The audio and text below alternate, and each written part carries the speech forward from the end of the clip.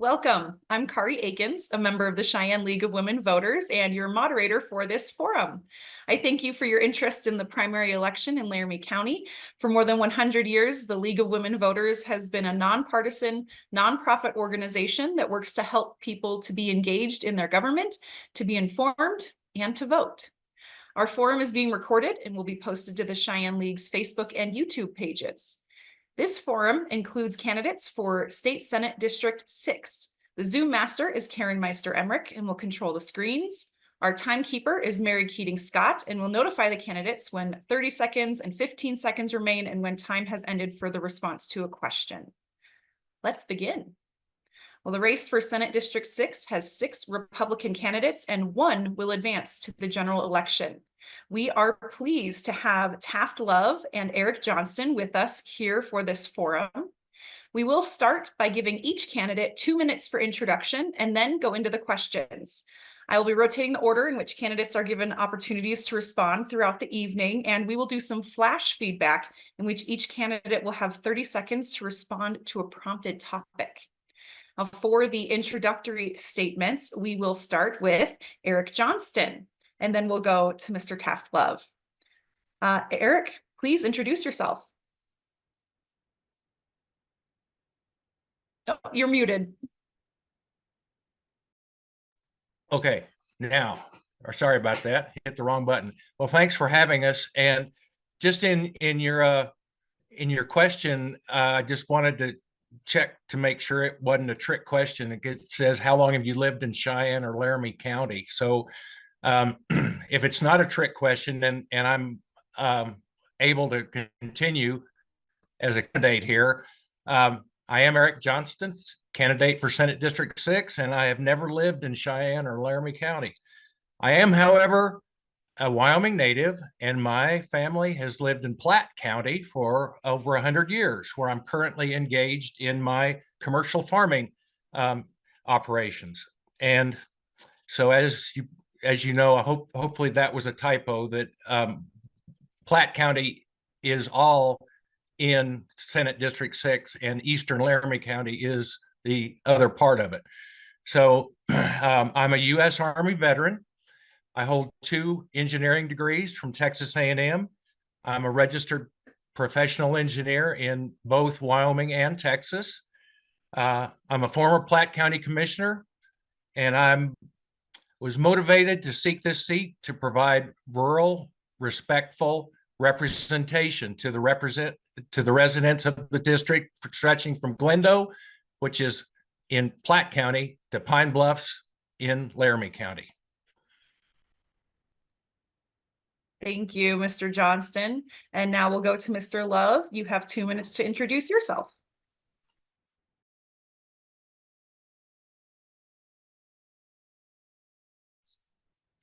Thank you very much for having us this evening.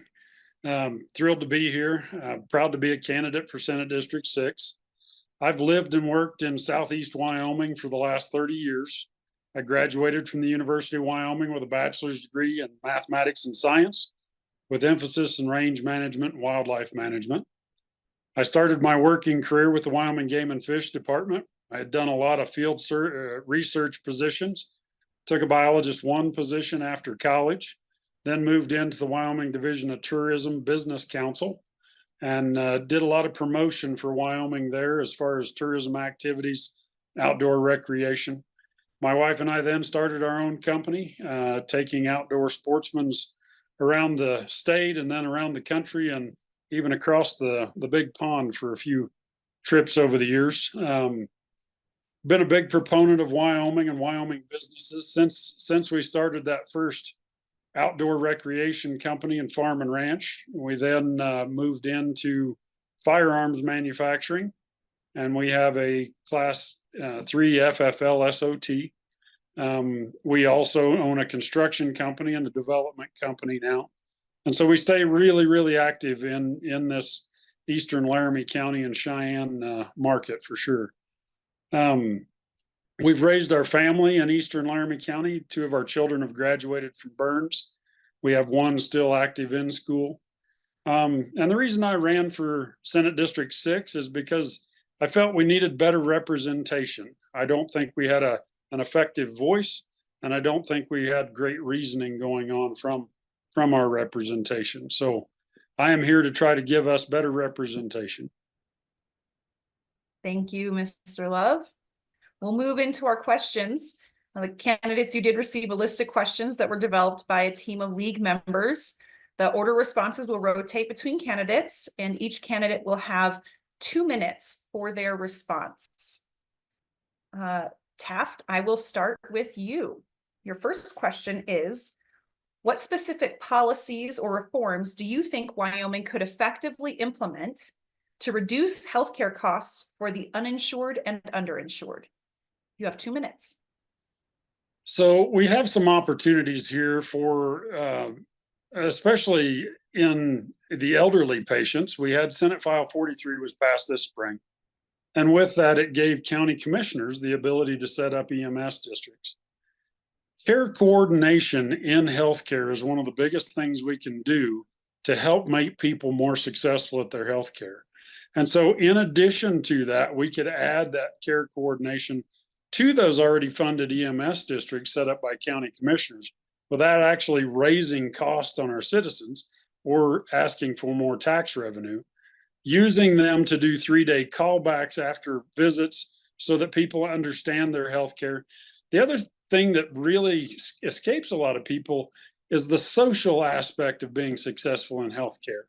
And so in that 3-day callback, we get to see the social atmosphere that individuals live in and how successful they are to follow that healthcare plan moving forward.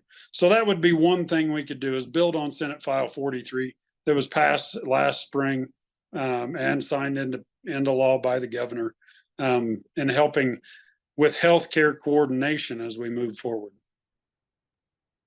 Thank you.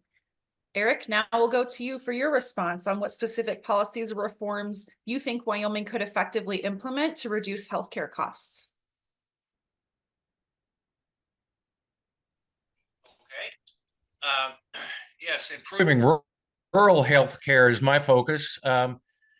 I'll support community health centers, rural healthcare districts, and our hospital districts. Crook County has had a successful rural healthcare district, and Platte County's hospital district is crucial in maintaining the county's hospital. Funds from these districts also help the hospitals provide care for those who are underinsured. Targeted initiatives and focusing on primary care would benefit our community health centers. I would support price negotiation rather than fixed insurance pricing to assist in achieving a more free market cost. I'd also like to improve our rural healthcare effectiveness by improving access to telehealth. Thank you. And Eric, we'll stay with you going into this next question. What accountability and performance measurement standards should be required for all schools, including public, private, and charter? You have 2 minutes. Okay, thank you. Every profession has some type of performance measurement tool which translates to accountability. An engineer, for example, is held accountable if the bridge he designs collapses. In education, outcome-based accountability, typically test scores, has been the typical measurement tool. The objective of any accountability tool is to drive improvement. There could be some alternative methods used in addition to outcome-based learning to achieve this goal in evaluation of students, teachers, and administrators. The information from these evaluations is a good indicator of standards being met or not met.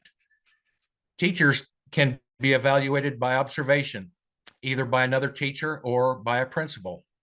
Accountability is induced by the mere presence of another. In the business world, the 360-degree evaluation is used to measure performance, where feedback is gathered from both customers and suppliers.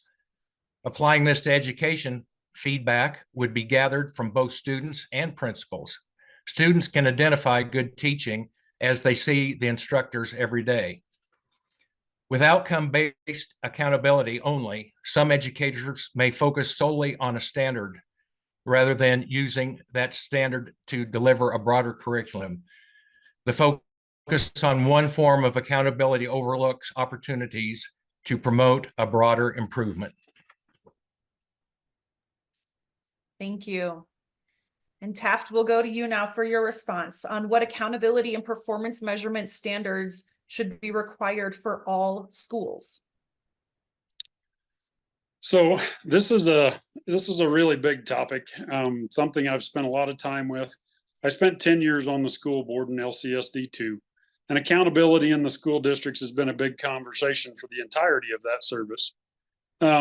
With that thought process, outcome-based works if everybody is equal as they enter the school building, and we know that that's just not the way it is. Again, social aspects of students learning has a huge impact on students. Holding a teacher accountable only on outcomes makes them responsible for factors that they do not have control over.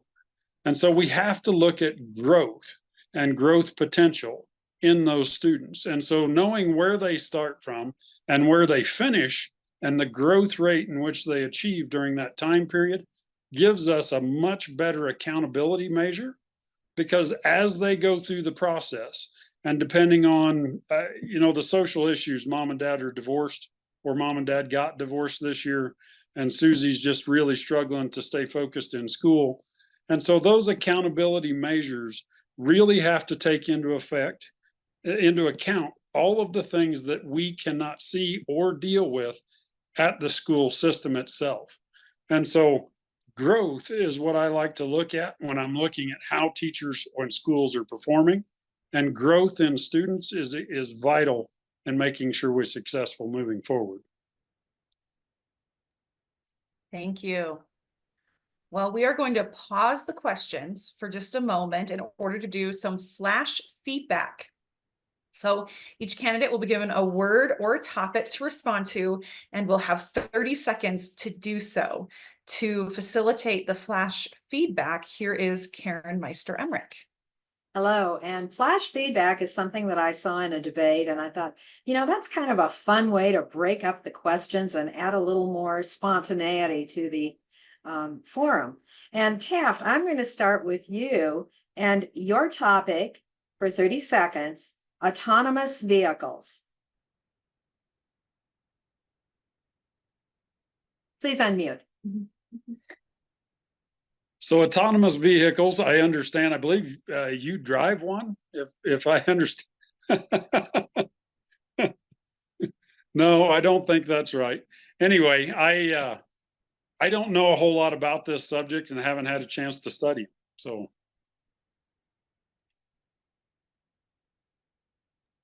I think my vehicle does have an autonomous feature, but I'm not comfortable.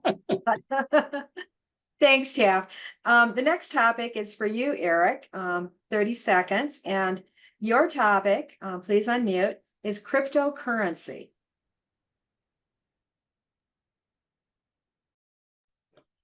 Well, I know that the feds don't currently, or the Federal Reserve doesn't currently recognize it. I can see that there could be, I think that there could be some value in it, but it also could be used for a whole bunch of nefarious projects. And so I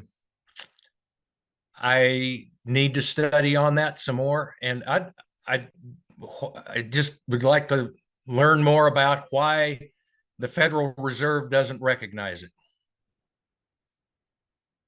Thank you. And now we'll head back to Kari. And Kari, go ahead with the questions. All right. Well, for this third question, Mr. Love, we'll start with you. And the question is, what infrastructure investments do you think are necessary to support the state's long-term economic growth? So infrastructure investments, two of the best things we can invest in to create long-term stability in an economy is early education and healthcare. Those two things are vital for the long-term success of any economy.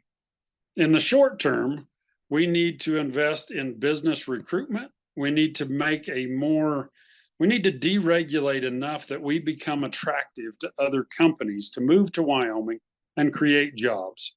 There's some issues in Wyoming. In the last 5 years, we grew at a 0.5% growth rate for jobs. 0.5 is really, really tough. Our neighbors to the east grew at 2.6%. Their tax burden is almost double that of Wyoming on its citizens and businesses. So that when you think about that in contrast, why is Wyoming struggling to grow at a reasonable rate and attract culturally sensitive products and businesses to Cheyenne that fit our current heritage and model? And so that's where I think we need to really pull back on regulations. We need to help find the resources they need. Water is one of the biggest reasons we don't bring certain companies to Southeast Wyoming. And we need to figure out how we set up water districts and how we set up sewer districts outside of city limits that pass DEQ and the state engineers models, so that we can be more successful in recruiting businesses that fit Wyoming and Wyoming's heritage.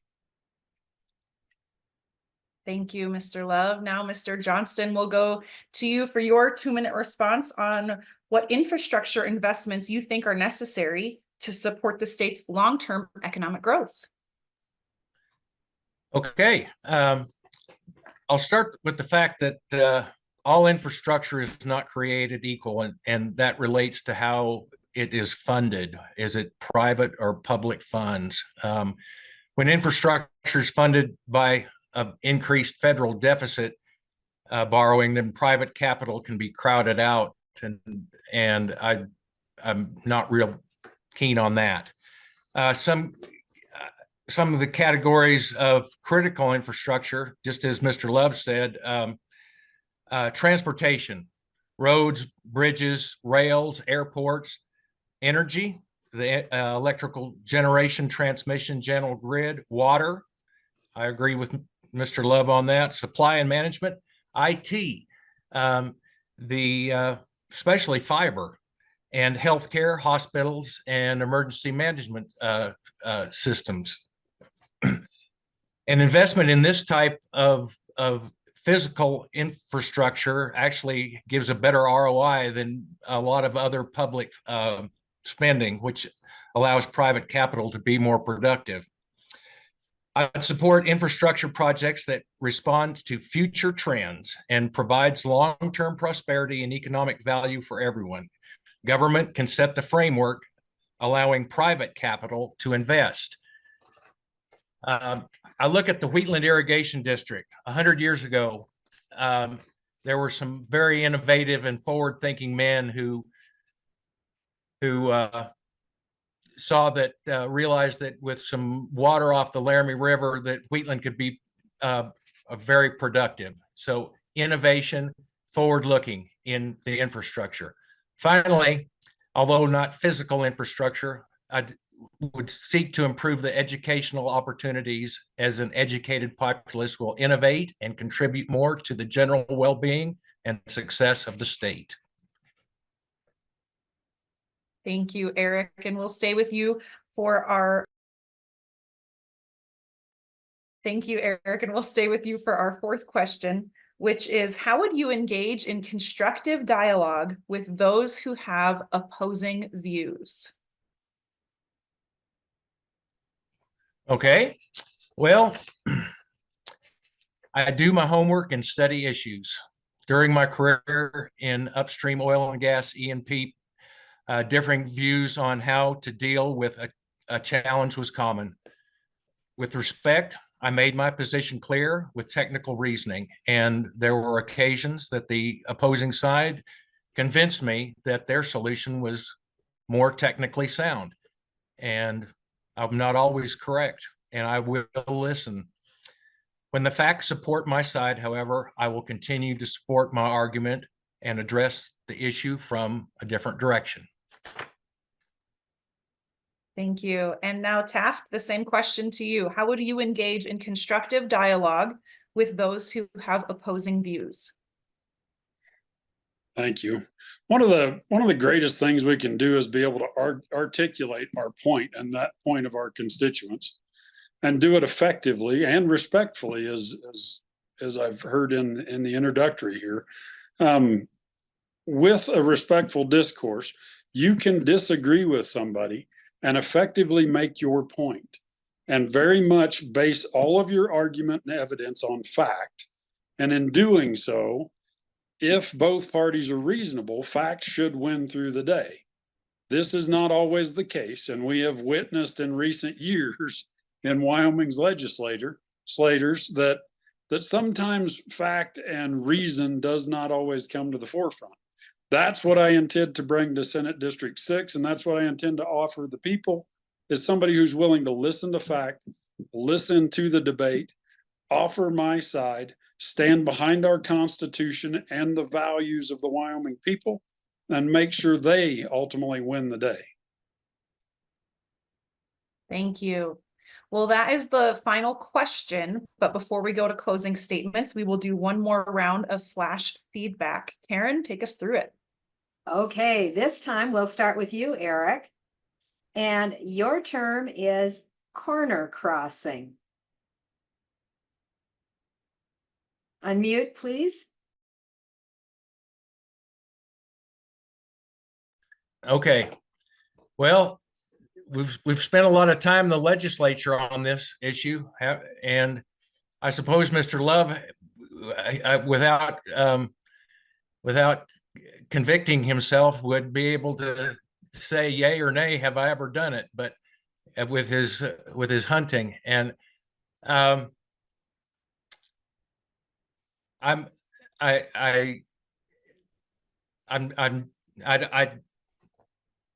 don't have much else to say other than I know that it's been talked about a whole bunch. Yes, it has. Thank you. Okay, and Taft, our next term for you is free school lunch for all. So free school lunch for all, COVID actually gave us that opportunity and created free school lunch. For everybody involved, and I'm really surprised that we went back the other way. I really like the farm to table opportunities that have been created. And in District 2, we've done a lot to offer kids better meals and more opportunity and more choice in their lunch and their breakfast meals, for that matter. And so with free lunch, I guess we have to define what free really is. I don't believe anything ever comes free. So at what cost, and where does that funding come from? And then what strings are attached to that funding when it shows up? And so those are all questions I would have to look at in order to be able to identify what free lunch might actually look like for us. And so that would be my response to that. Thank you. I gave you guys both a couple of tough questions and terms, so thank you for participating. And back to you, Kari. Thank you, Karen. Well, each candidate, you will now have 2 minutes to make a closing statement. And Mr. Taft Love, we will start with you for your closing statement.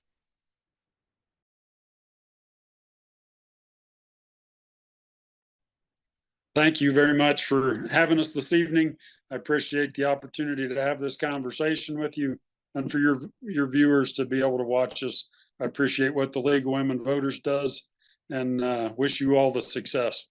Again, I'm Taft Love, running for Senate District 6. I've lived and raised my family in Southeast Wyoming for my entire adult life. I've enjoyed so much this community has done for me, and I am solely running to give back to my community. And so I just ask that you vote Taft Love for Senate District 6 on August 20th. Thank you. Thank you. And now to Mr. Eric Johnston, you have 2 minutes for your closing statement. Okay, well, I echo Mr. Love. Thank you for having us. And I'm very thankful that there are candidates in this race that that wanted to do something different than current. But so I will try to address the questions that you had in your closing. Please cover these. So for me, in order to address the higher levels of Maslow's hierarchy of needs, we, the state, need to maintain our revenue stream. And our revenue stream in general comes from the energy sector. And I want to keep that sector strong while continuing to look for new and stable income streams. If we can't pay the bills, it's difficult to fund education, including trades, which is the cornerstone of our society, or we won't be able to pay for any other of the bills and the issues that need funding. When encountering a disagreement, I do not need to speak louder to convey my point. And my background in engineering, global oil and gas production, and agriculture, along with my commitment to public service and delivering positive results to those served, uniquely positions me to represent the rural communities in the district by listening, communicating, and advocating. Well, thank you, Eric Johnston, Taft Love, for participating in this Cheyenne League of Women Voters Candidate Forum. Voters, thank you on behalf of the Cheyenne League of Women Voters for your interest in this race for Senate District 6.